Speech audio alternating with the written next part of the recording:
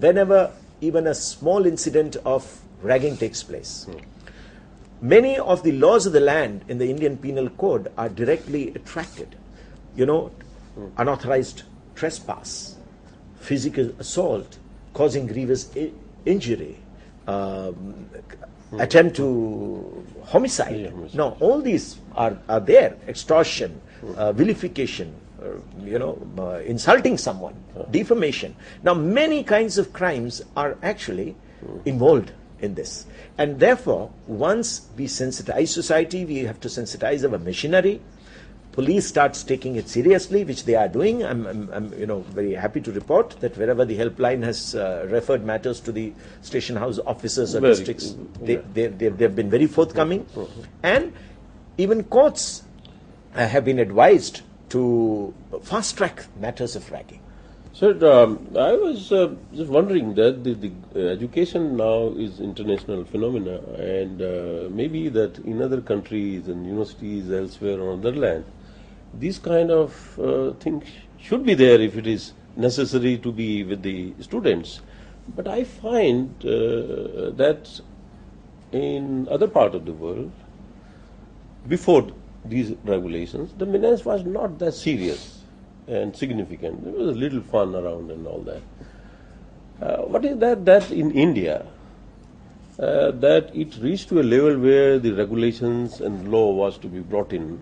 Is there something to do with our cultural aspect or historical or whatever?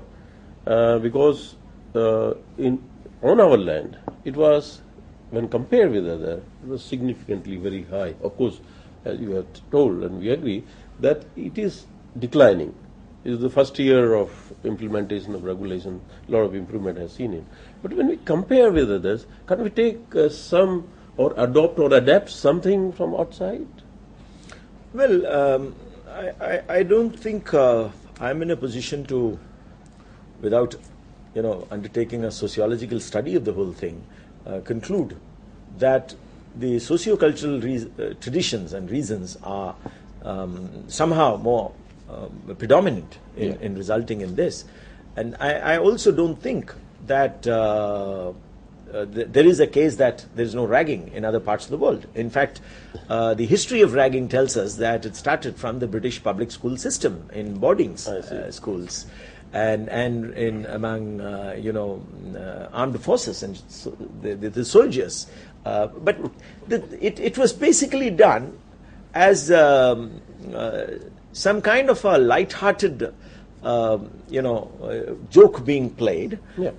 You tease your someone who comes new, play a little prank, but then everyone shakes hands and they forget, forgive and forget, and then you become. This was some kind of an initiation into acceptance into a community, but somewhere down the line, this element of bonhomie, the element of it being an act by some pranksters, gave way to some very serious violation of human right to dignity.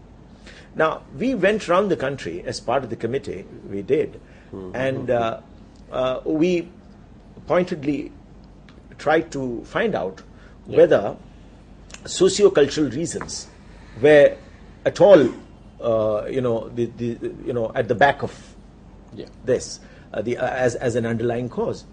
And we found that irrespective of institutions, irrespective of the socio-cultural background of students, rural urban divide? Yes, people from the rural students felt nothing in ragging their rural freshers. So it was not rural versus urban. It was not high-income groups versus low-income groups or marginalized versus the dominant elite. No. There was no such case was made out except in one or two institutions. Yes, I must say that. Those are extreme cases. Now that the academic session has already set in and things are, happening of lighter side, introduction, fun and all that, and within the, limitations that have been laid down by the committee, Raghavan committee, Students are going afresh to the new classes, and before that certainly they will have some little fun here and there, as the students normally do. What would be your message to them, that to channelize their energy, or to have some kind of a, line drawn between the fun and the ultimate that happen, and so on? We'd like to have your views. Thanks. You see, what has happened is excessive fun has now led to a situation of zero tolerance for ragging. Yep. There can be no ragging even for fun. Okay. No familiarization sessions where you tease, you torment juniors. Because this starts from there only. Yes. We have said that any interaction will have to be within the presence of teachers and, now some institutions have followed, there are some very good examples. IIT Kanpur, for instance, follows a pattern where there are student mentors from among super seniors who then oversee that the seniors don't indulge in ragging vis-a-vis the freshers. Now we have also launched campaigns of advertising campaigns, both in the audiovisual media as well as the print media. Now, no one has the time or the patience to go through the Raghavan Committee report.